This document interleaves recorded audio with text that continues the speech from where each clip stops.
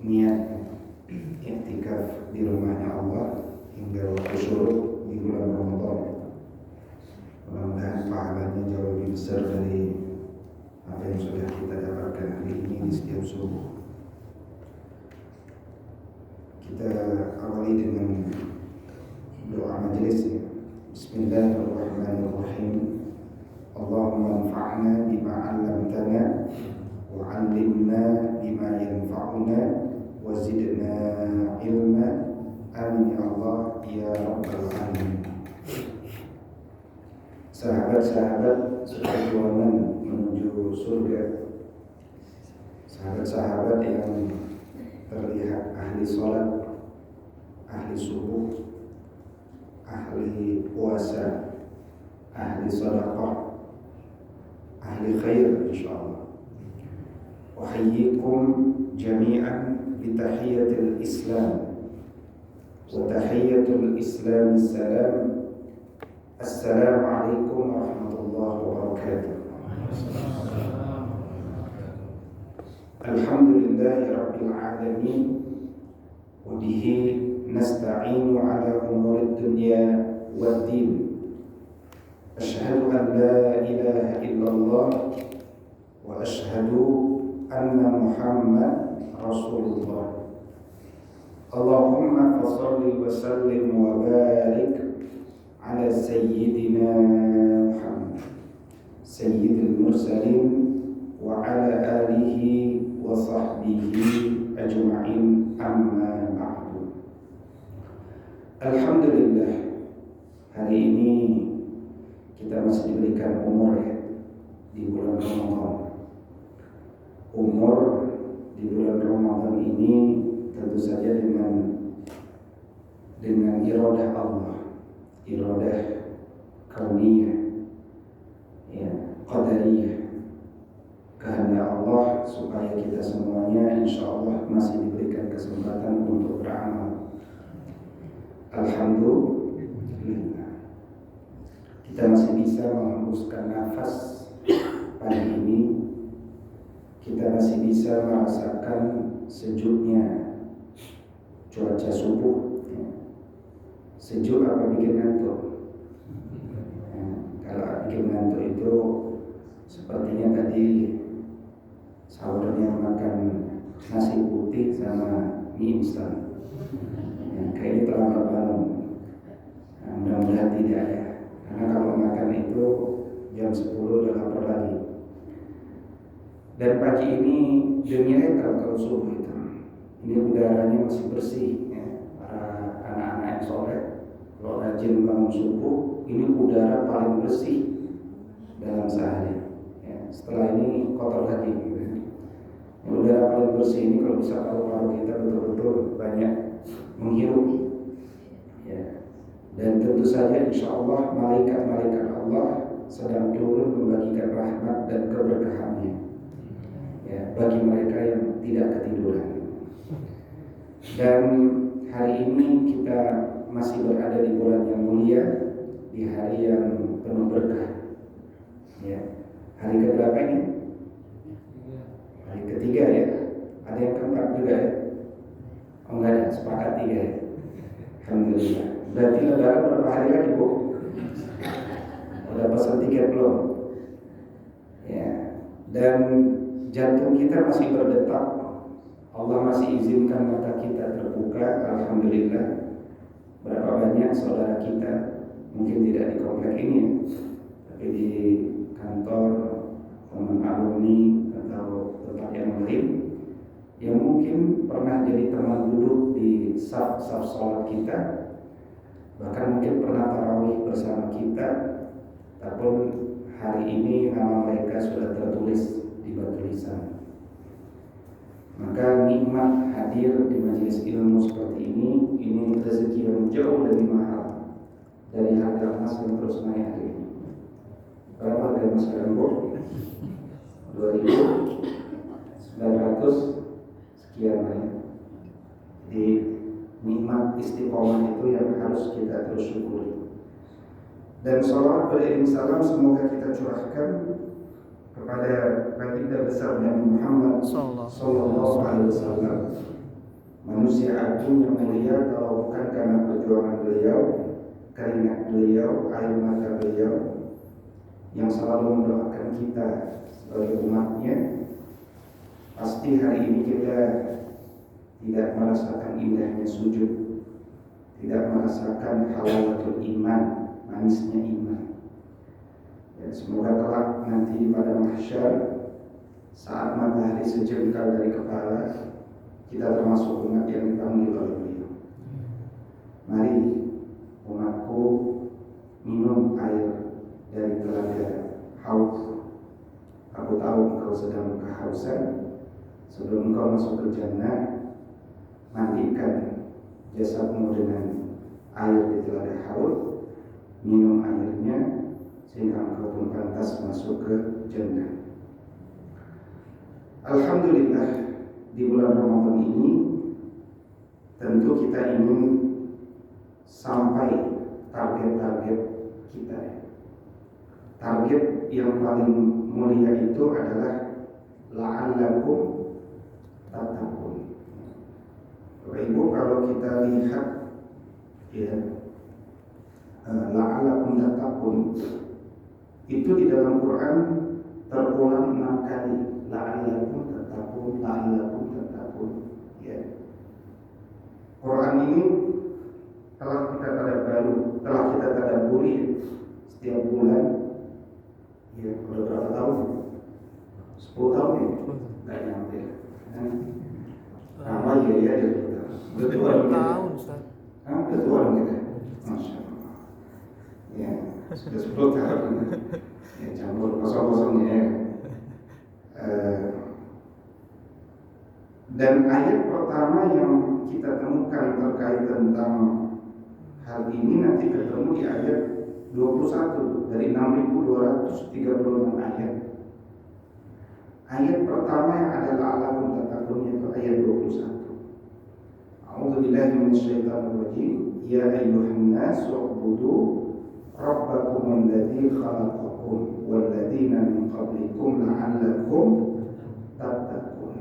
Wahai manusia, beribadahlah kalian kepada Allah yang telah menciptakan kalian dan telah menciptakan orang-orang sebelum kalian agar kalian bertakwa. Ayat ini ayat setelah Allah membagi manusia itu pada 3 tipe. Pertama, tipe bertakwa, itu ayat 1 sampai 5. Ini kalau nggak salah pertemuan kelima dulu.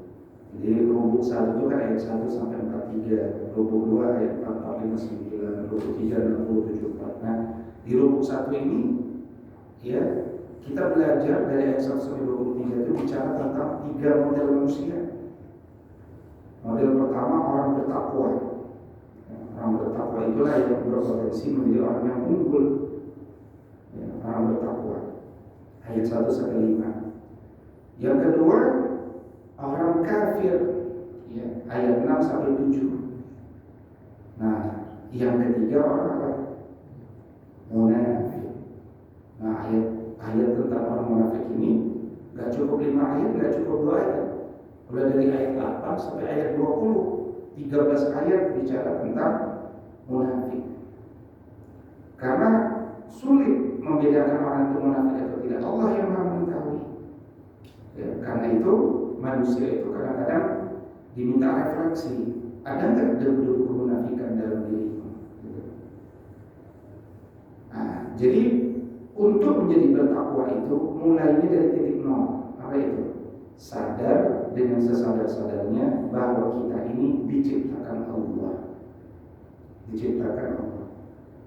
Dan karena diciptakan Allah, maka kita pasti akan kembali kepada Allah.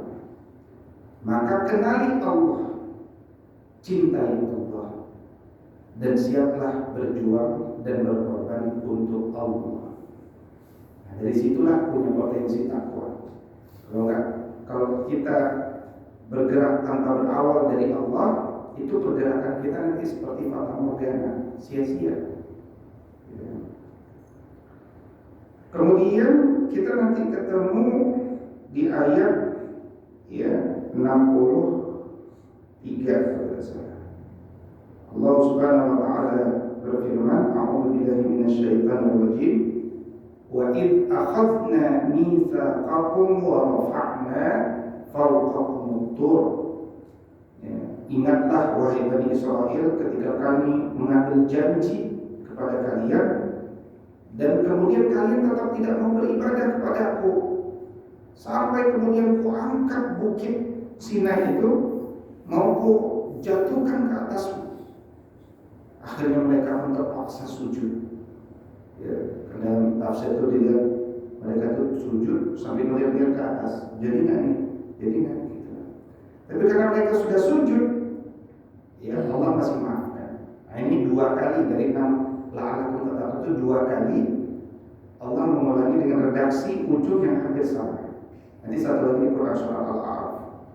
Khudu ma atainakum biquwwah wadhkuru ma fihi la'allakum tattaqun. Pegang erat-erat kitab suci. Ingat-ingat apa yang ada di dalam kitab suci agar kalian bertakwa. Nah, dalam konteks kita sebagai umat Islam hari ini, pegang teguhlah Al-Quran. Ingat-ingat apa yang ada di dalamnya. Ya. Jadi kalau ini kan berarti logikanya, jangan jadi muslim KTP, jangan merasa betah jadi muslim abangan. Jadilah muslim yang punya prinsip, jadilah muslim yang sangat menguasai agama. Anda tidak perlu jadi seorang ustadz, jadi seorang kiai, jadi seorang ulama hanya untuk memahami agama. Makanya menuntut ilmu itu minal mahdi ilal lahdi. Sepanjang waktu kita harus belajar.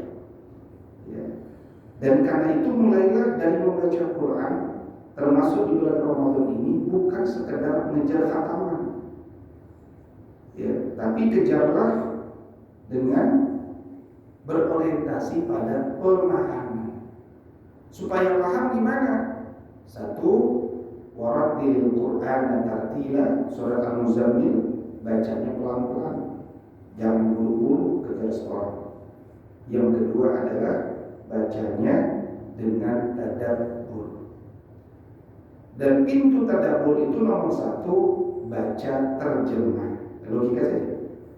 Maka setelah kita menghatamkan juz demi juz pada setiap harinya, pada setiap hari itu pula kita menghatamkan terjemah Al-Quran juz demi juz. Itu adalah pintu paling dasar. Ya, pintu paling dasar. Dan kemudian ya, kita melihat lagi di ayat 167 atau 171 Allah Subhanahu wa taala berfirman, A'udzu billahi minasyaitonir rajim, wa lakum fil qisasi hayatun ya ulil albabi la'allakum tattaqun. Dan bagi kalian di dalam hukuman tegaknya kisos itu ada kehidupan, wahai orang-orang yang berakal, agar kalian bertakwa. Ini artinya untuk menjadi bertakwa itu nggak bisa sendirian. Ternyata kita butuh ekosistem keadilan sosial. Apa itu keadilan sosial? Keadilan yang tidak sekedar tajam ke bawah, tumpul ke atas, tapi tajam ke bawah maupun ke atas. Akhirnya muncul rasa nyaman, rasa tenang. Maka tingkat kriminalitas menurun. Dan karena itu, kemudian apa kalau tingkat kriminalitas menurun? Maka dukungan untuk jadi orang takwa makin kuat. Jadi ternyata untuk bisa bertakwa itu ekosistem kebersamaannya harus kuat. Ya, kita ini nyaman kalau Pak Rodi terus menangkap narkoba di imigrasi.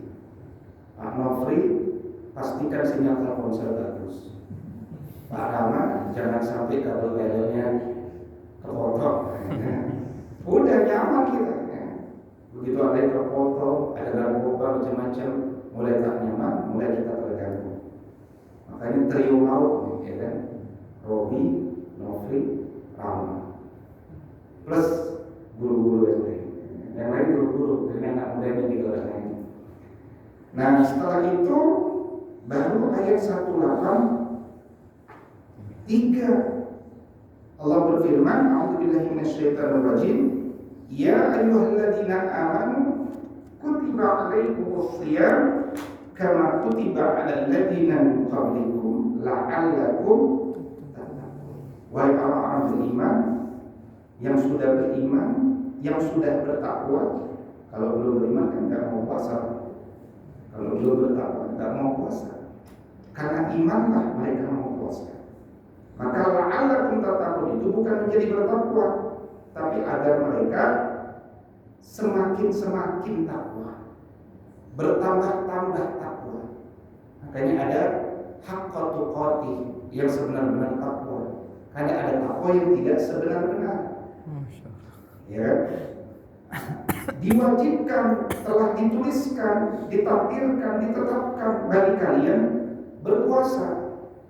Dan ini bukan amalan baru, sejak zaman dulu orang puasa. Kalau pengen jadi soleh, kenapa? Karena sejak zaman dulu manusia itu komposisinya sama.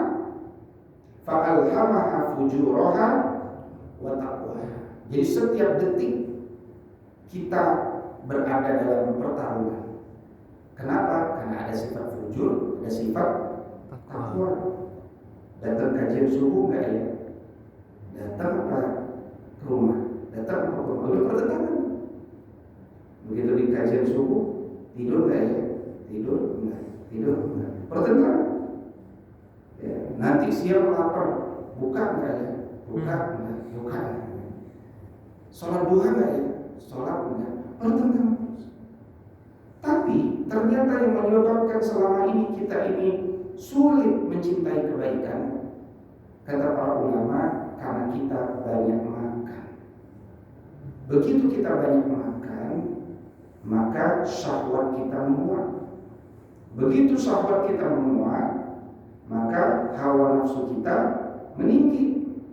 Begitu hawa nafsu meninggi, ilmu pun jadi nomor 17.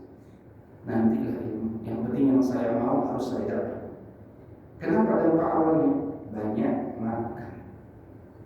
Maka di bulan Ramadan makan yang halal jadi haram istilahnya. Minum yang halal jadi haram. Jima yang halal jadi haram. Supaya yang halal saja berhasil kita tahan, apalagi yang haram.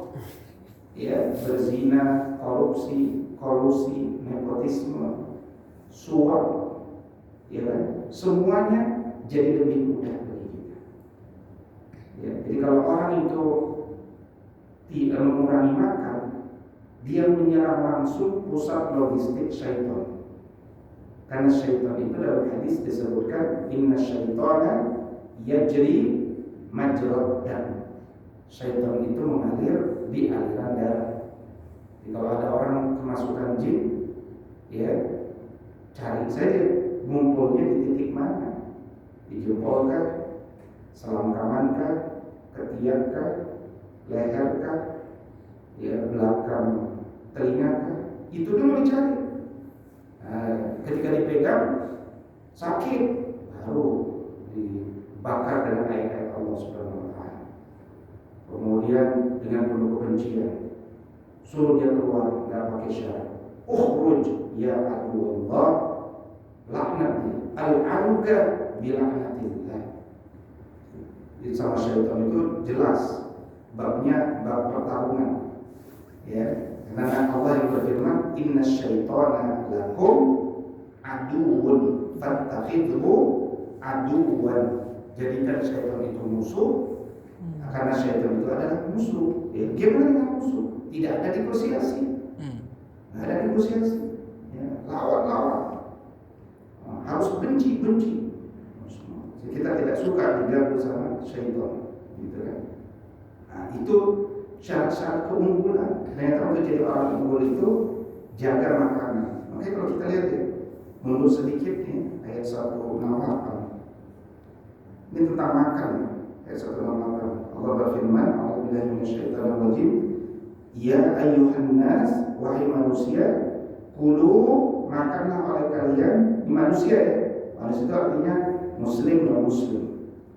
Ini ayat Quran itu buat semua, bukan hanya buat Bani Israel, bahkan nggak buat Bani Israel, buat Bani Hashim kan awalnya. Ya, ini buat semua. Wahai manusia, kulu makanlah oleh kalian mimma fil ardi, apa yang ada di muka bumi ini, halal thayyiban, yang halal, yang thayyib. Karena non muslim itu kadang masih gagal dalam memilih makanan yang halal. Ya. Wala tattabi'u khutuwatis syaitan, jangan ikuti langkah-langkah syaitan. Innahu lakum aduwwun mubin. Syaitan itu musuh. Musuh itu gimana? Jangan baik-baik. Ya. Nah, perhatikan ayat 172. Kalau tadi ya ayyuhan nas, 172 ya ayyuhalladzina amanu, wahai orang yang sudah beriman, kulu makanlah oleh kalian minat thayyibat, yang halal-halal. Jadi yang haramnya udah nggak ada. Karena orang beriman itu insya Allah kalau makan dia cari dulu ada logo halalnya. Kalau nggak ada saya nggak makan, gitu kan? Nah tapi orang beriman itu belum tentu berhasil melewati makanan yang halal, tapi dalam jumlah yang banyak, takarannya lebih. Nah, agama ini bicara jangan makan makanan berlebih.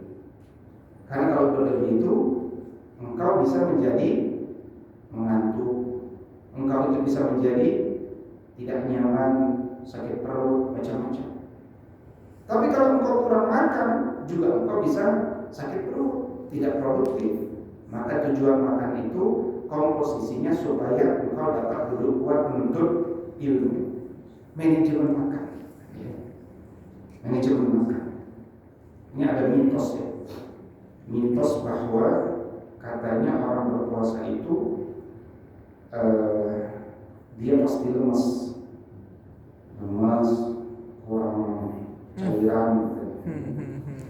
Nah, ingat kita ini tidak hidup di Jazirah Arab. Kalau hidup di Jazirah Arab, belum ada hotel ber-AC, ya kan? Wajar. Tapi sejak zaman dulu, generasi-generasi unggul terbaik itu telah membuktikan. Ayat 183 saja diturunkan kepada Nabi SAW itu ketika Nabi usia 55.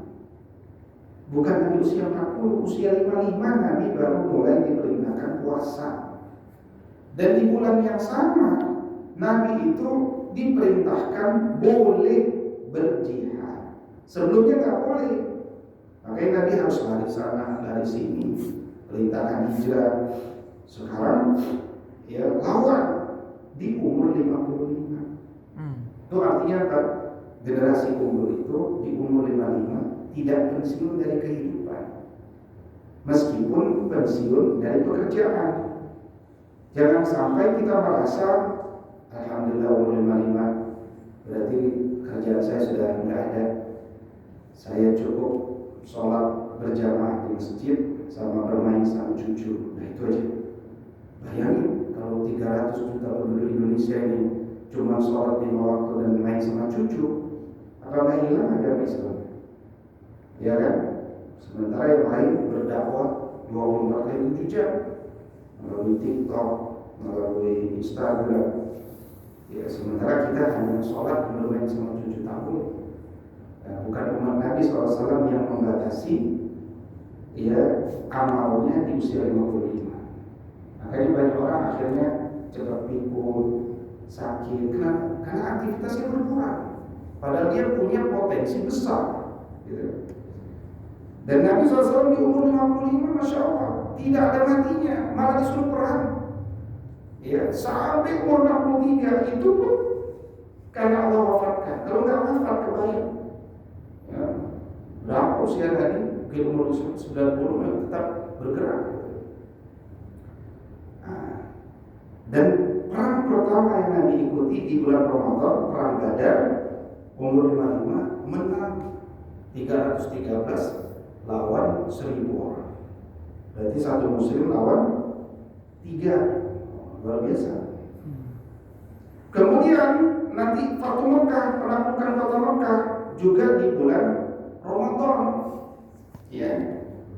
Kemudian Sayyidina Umar berhasil membebaskan Palestina, tapi takdir Allah berikutnya nanti, ya, Palestina kembali dikuasai pasukan salib selama 80 tahun dan akhirnya dibebaskan kembali pada tanggal 27 Ramadan 583 Hijriah oleh siapa?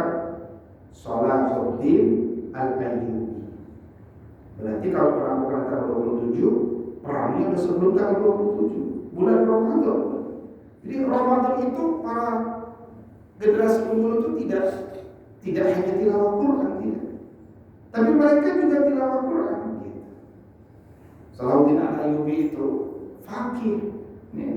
Maka ketika masuk ke negeri Mesir, awalnya itu negeri Mesir yang tadinya dikuasai Fatimiyah, Syiah, diganti, ya, jadi 4 mazhab masuk semua ke Mesir, ya, dijadikan Sunni. Yang nggak mau universitas ke Azhar itu Syiah tadinya, dikuasai ambil Ahlussunnah. Jadi kecintaan pada ilmu itu tinggi, selalu pendekar juga, tapi penuntut ilmu juga. Ya. Nah, kemudian peristiwa Ain Jalut. Ini peristiwa apa? Peristiwa yang mengingatkan kepada kita bahwa 2 tahun sebelumnya, tahun 1258, Imperium Abbasiyah, ya kan, itu hancur dengan seketika tanpa persiapan, dan bangsa Mongol yang maju kan juga bukan pasukan besar, bukan. Ya, itulah. Jadi kalau kita bicara peradaban Islam itu, kita juga harus belajar sejarah keruntuhannya. Kenapa peradaban Abbasiyah bisa runtuh?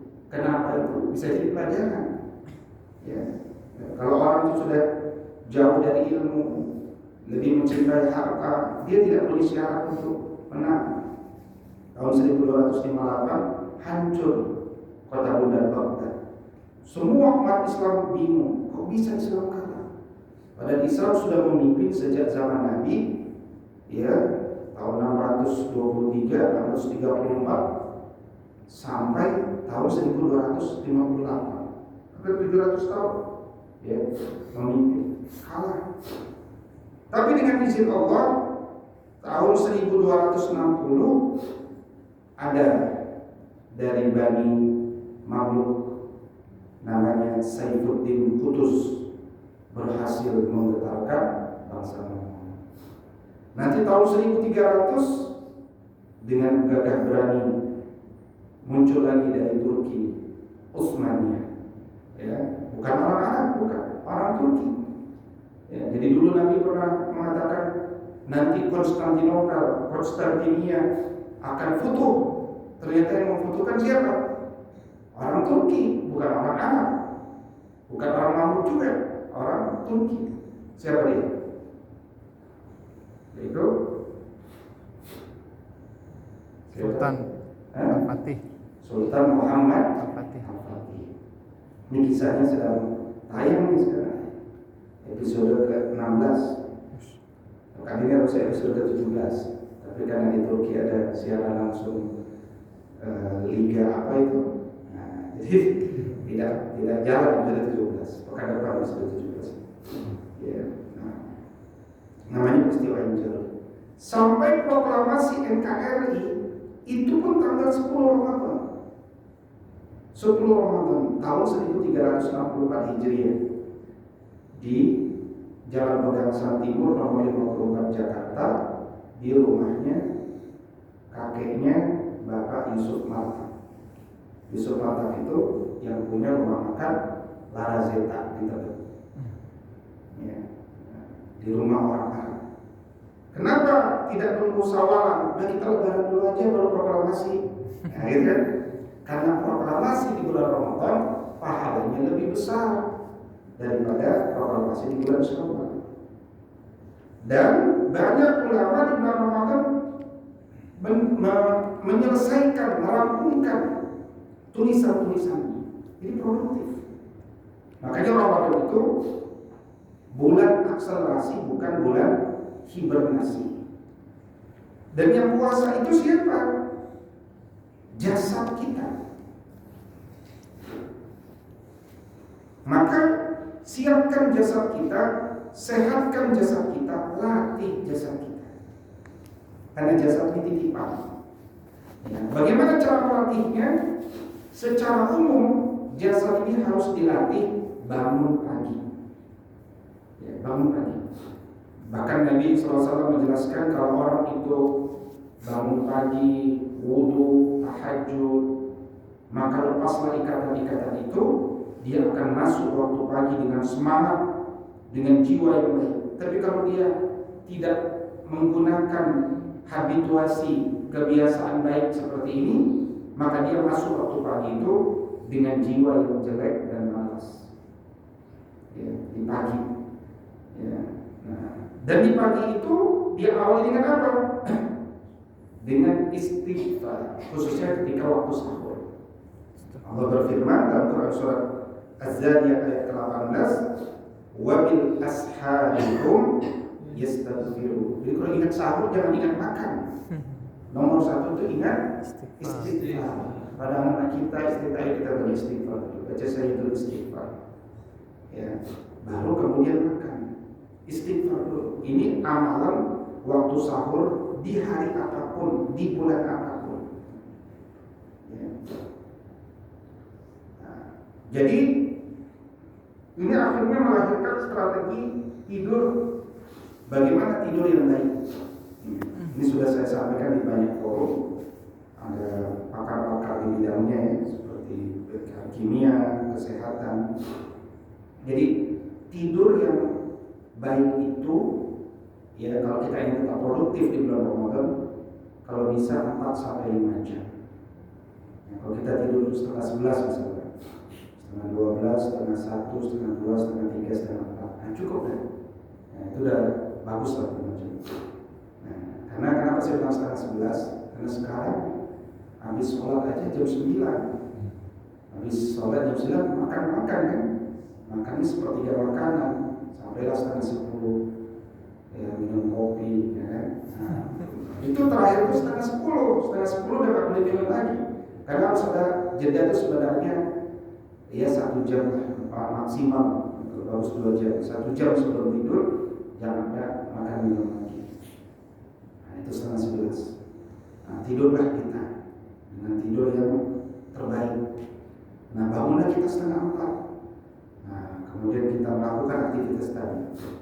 Akibat hal ini, maka orang itu akhirnya ngantuk. Ngantuknya kapan? Siang hari sebelum zuhur. Karena dia ngantuk sebelum zuhur, disunnahkan untuk tidur, sunnah tidur. Namanya power nap, bahasa kita qailulah, 20 menit sebelum zuhur. Jadi 20 menit sebelum zuhur, bukan 20 menit sesudah zuhur. 20 menit sesudah zuhur itu terjadi karena sebelum zuhur kita makan siang. Akhirnya kita mengalami sugar crash, food coma. Tapi karena di bulan Ramadan kita tidak makan siang, maka seharusnya kita tidak mengalami sugar crash, nggak ngantuk. Jadi kalau di bulan Ramadan ba'da zuhur ada yang ngantuk, itu patut diduga. Habis makan sih bungkus tapi nggak ketahuan. Sebagian mengatakan tidur itu cukup 20 menit.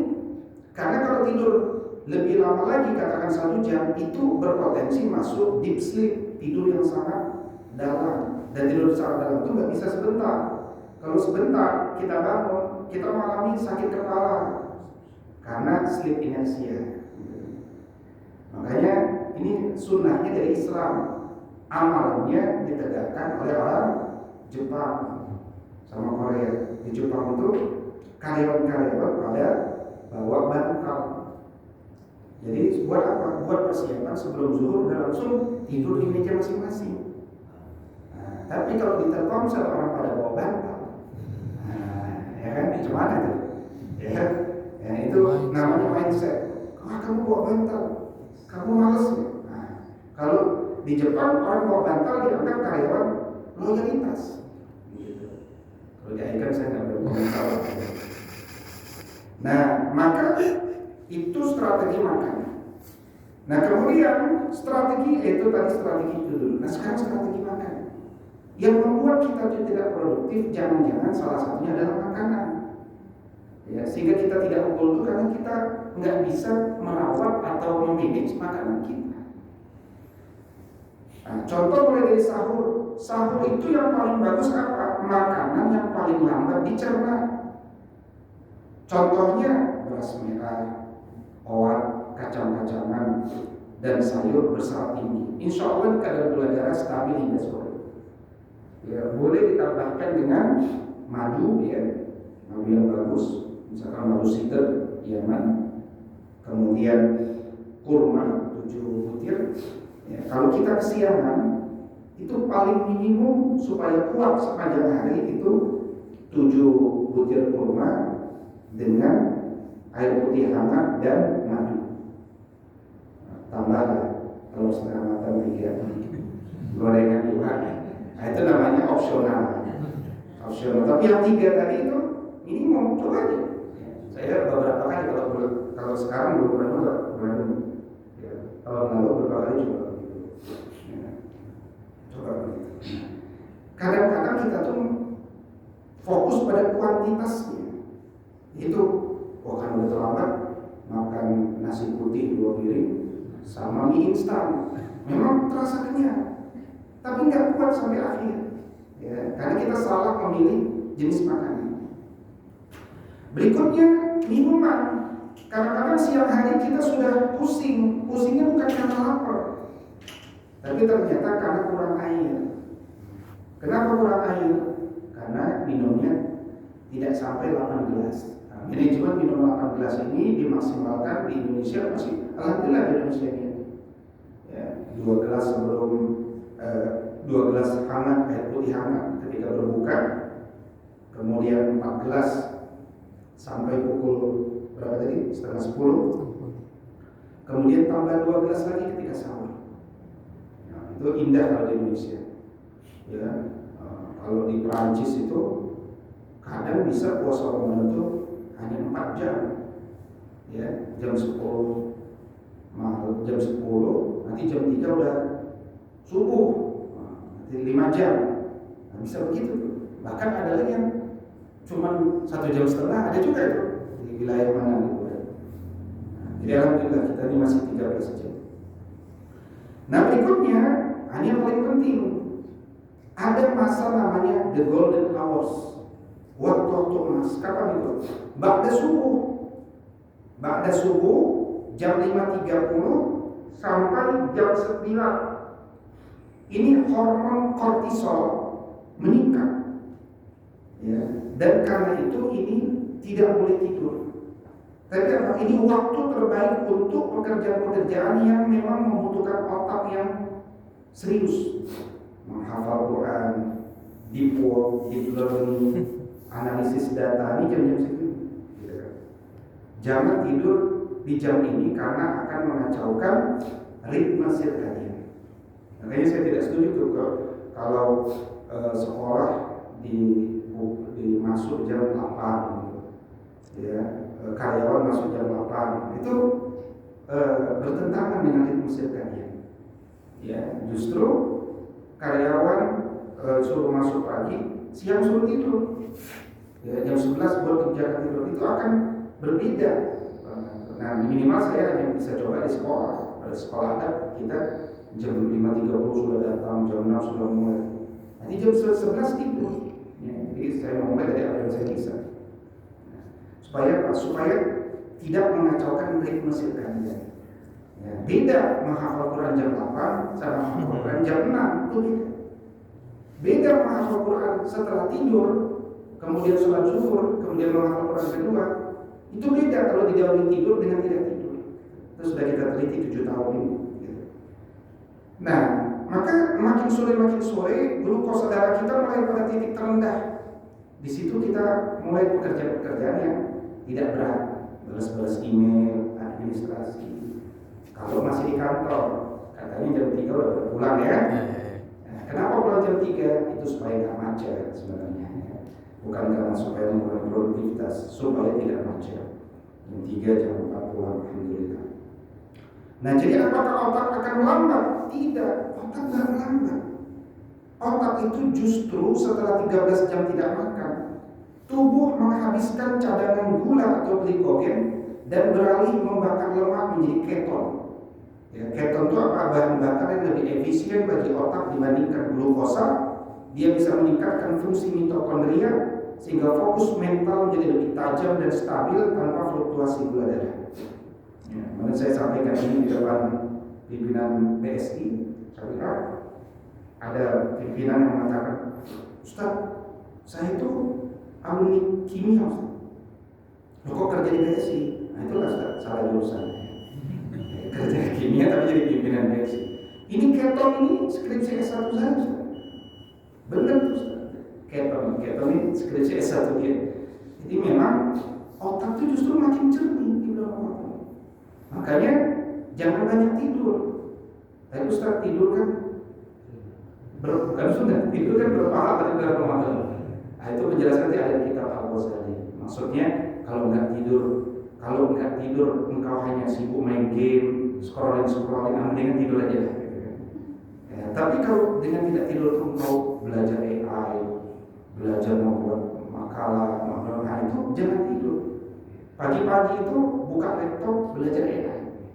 Ya, udah jangan belajar desain grafis lagi, udah nggak ada kaitan kita desain grafis kan. Belajar AI, buat buku belajar AI, buat video belajar AI. Ya, karena dunia ini sekarang sudah berubah. Ya, sudah berubah. Maka mari kita jujur pada diri kita sendiri hari ini. Sudah berapa Ramadan? Sudah berapa puluh Ramadan kita lewati? Ya, pertanyaannya, apakah Ramadan itu telah membuat karakter kita, habituasi kita jadi lebih baik?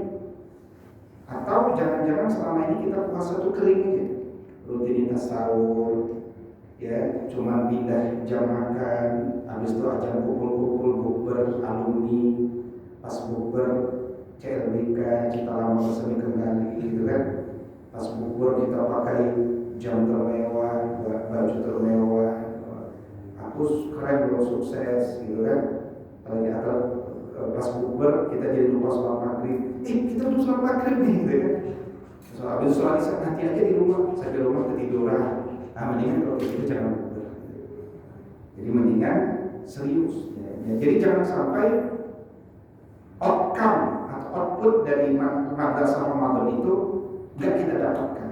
Karena sesungguhnya dari Ramadan itu Allah ingin mencetak generasi unggul, generasi terbaik. Makanya di antara gelar generasi unggul itu kita bisa lihat nanti dalam Quran surat Ali Imran surat ketiga ayat ke-110.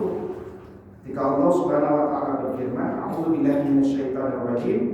Kuntum khayra ummatin ukhrijat linnas." Kalian itu umat terbaik yang dikeluarkan bagi umat manusia.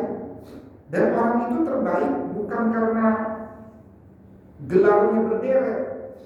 Ya, sekarang gelar profesor ada besto 1M. Ya, di Al-Azhar, di Al-Azhar maaf, di Mesir, ya, bukan di Al-Azhar, di Mesir itu ada kampus yang bisa memberikan itu. Di Amerika juga ada bayar 1M. Kita datang ke Amerika, disiapkan semua, balik lagi di sini udah dapat gelar doktor. Ya. Jadi itu gelar-gelar bagi orang yang punya uang. Jadi kalau kita melihat pejabat ada gelarnya, tapi gelar ketinggian sampai profesor, tapi kok nggak ngajar gitu kan? Ya doakan saja gitu kan. Nah, jadi kita sudah melewati Ramadan berkali-kali, tapi bangsa ini makin krisis mental. Pejabatnya kelihatan pintar, gelarnya berderet, tapi kok korupsi. Anak-anak muda kita kelihatan cerdas secara akademik, tapi kok gampang depresi. Kalau kerja, saya kena mental health nih, gitu. Gampang mundur dari kantor, gampang putus asa. Ya, makanya disebut generasi strawberry.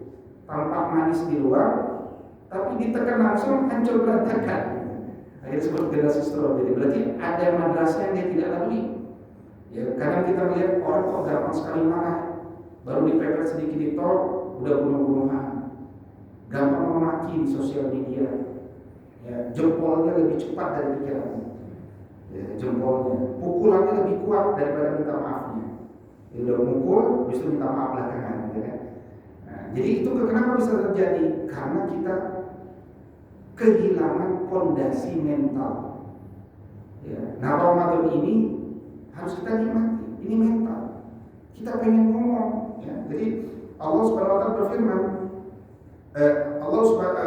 Nabi SAW bersabda, "Man lam yada' qaula zur wal 'amala bihi, falaysa lillahi hajatun fi an yada'a ta'amahu wa syarabahu." Siapa yang dia puasa tapi nggak bisa ninggalin qaula zur. Qaula zur itu perkataan buruk. Apapun yang perkataan buruk, perkataan kotor, hoax, ghibah, fitnah, malah mengamalkannya di bulan Ramadan. Perhatikan, falaisa lillahi hajatun fi an yada'a ta'amahu wa syarabahu. Perjuanganmu tidak makan, tidak minum itu tidak dibutuhkan Allah sama sekali. Ya. Falaisa lillahi hajatun. Allah nggak butuh dengan perjuangan kalian. Maka disebutkan rubba sha'imin laisa lahu min siyamihi illa al-ju'i wal 'atash. Berapa banyak orang puasa nggak dapat apa-apa kecuali lapar dan dahaga. Maka ketika disebut la'allakum tattaqun, supaya kalian bertambah takwa. Coba kita ingat Sayyidina Umar aja pernah nanya sama Sayyidina Ubay bin Ka'ab radhiyallahu ta'ala, "Wahai sahabatku," waktu itu Sayyidina Umar jadi pemimpin, Amirul Mukminin. Pemimpin nanya sama rakyatnya, "Wahai Ubay, coba jelaskan kepada aku yang mudah saja, takwa itu apa sih? Menurutmu itu takwa itu apa?" Kata Sayyidina Ubay, "Ya Amirul Mukminin, wahai Amirul Mukminin, engkau pernah nggak jalan di jalan yang banyak durinya?" Kata Sayyidina Umar, "Pernah." "Apa yang kau lakukan?" "Aku sing-singkan bajuku, takut robek. Aku pun jalan hati-hati, takut luka." Kata Sayyidina Ubay, "Zakat takwa." Nah, itulah takwa. Nah, dalam bab kehidupan, maka hidup ini penuh onak dan duri. Ya, mana durinya? Nggak ada kan? Nggak kelihatan. Tapi kata Sayyidina Abu Bakar dalam riwayat yang lain, surga itu dikelilingi duri. Ya, sementara neraka itu dikelilingi keindahan. Nah, buktinya apa? Banyak durinya. Kita buka WhatsApp, sudah ada duri-duri ghibah di sana. Kita buka sosial media, makin banyak duri-duri syahwat di sana. Kita mau nabung, banyak sekali duri-duri riba. Ya, kita kerja, banyak duri-duri korupsi. Nah, itu duri-duri, maka hati-hati. Kalau kita terabas aja semua, makin luka berdarah kita. Maka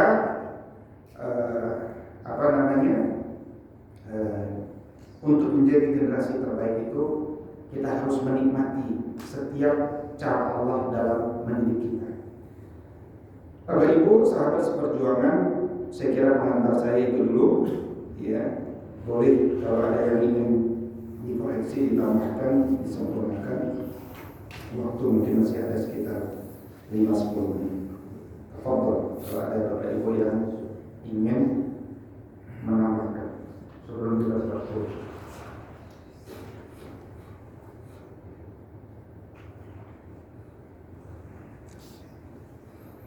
Ada? Ya, silakan. Bapak. Waalaikumsalam warahmatullahi wabarakatuh. Berapa anak? Anaknya berapa? Masya Allah. Mau nanya, apakah ada anjuran pada saat kita berbuka yang disuruh beristighfar Ketika sahur. Adakah bacaan khusus atau bebas? Bebas. Tapi kalau ini bacaan spesial, mulailah dari pemimpinnya istighfar. Ya kan? Itu Allahumma anta rabbi la ilaha illa anta khalaqtani wa ana 'abduka wa ana 'ala 'ahdika wa wa'dika mastata'tu a'udzu bika min syarri ma sana'tu abu'u laka bi ni'matika 'alayya wa abu'u bi dhanbi faghfirli fa innahu la yaghfiru dzunuba illa anta. Setelah saya beristighfar, baca istighfar 3 kali. Astagfirullahaladzim, astagfirullahaladzim, astagfirullahaladzim. Kemudian ketika sahur itu saya kira sama seperti makan. Kita harus mulai biasakan berdoa untuk kebaikan kita. Kalau bisa dalam bahasa Indonesia. Ini kalau kita bicara pendidikan ruhiyah. Kadang pendidikan ruhiyah dari makan itu nggak tercapai kalau doa kita cuma baca Bismillah. Bismillah. Ini kan kita sekarang ya. Bismillah, Bismillah. Gitu. Itu yang sekarang itu akhirnya kita tidak merasa dapat jauh dari makan, tidak memuliakan makan. Bismillah. Karena kesannya yang penting sah, seperti yang penting sunnah. Bismillah. Nah, tapi coba kita berdoa, ya Allah, alhamdulillah pagi ini ada makanan buat sahur. Berapa banyak saudara kami yang tinggal di bawah jembatan, pagi ini sahurnya nggak punya makanan. Kita nggak tahu. Kalau tahu sih kita bantu. Dia nggak punya makanan. Mudah-mudahan makanan ini menjadi penguat kami menjadi orang bertakwa. Baru baca Bismillahirrahmanirrahim. Nah itu lebih berkesan bagi pendidikan jiwa kita. Gitu. Demikian. Ya. Silakan ada yang lain. Sektor kiri. Sektor trio ada. Sektor trio. Jadi kalau ada yang nanya minimal trio. Baik, kalau tidak ada, sudah masuk waktu suruh sekarang? Sudah ya? Sudah lewat 10 menit ya? Sudah. Alhamdulillah. Demikianlah duduk-duduk bermajelisnya kita pagi ini. Saya doakan mudah-mudahan antum semuanya, Bapak Ibu, para pemuda, dipanggil nama antum semuanya di surga melalui pintu Ar-Rayyan. Mudah-mudahan umur antum dipanjangkan sampai bulan Syawal, sehingga bisa terus menikmati sampai diampuni seluruh dosa-dosa antum dan diwafatkan antum kemudian kelak dalam kondisi husnul khatimah. Amin ya Allah ya rabbal alamin. Aqulu qouli hadza wa astaghfirullah li wa lakum in uridu illa al-islah astata'tu fa idza azamta fatawakkal 'ala Allah. Kita tutup bersama-sama dengan doa kafaratul majlis. Subhanakallahumma wa bihamdika asyhadu an la ilaha illa anta astaghfiruka wa atubu ilaik. Assalamualaikum warahmatullahi wabarakatuh. Waalaikumsalam warahmatullahi wabarakatuh. Belum aja.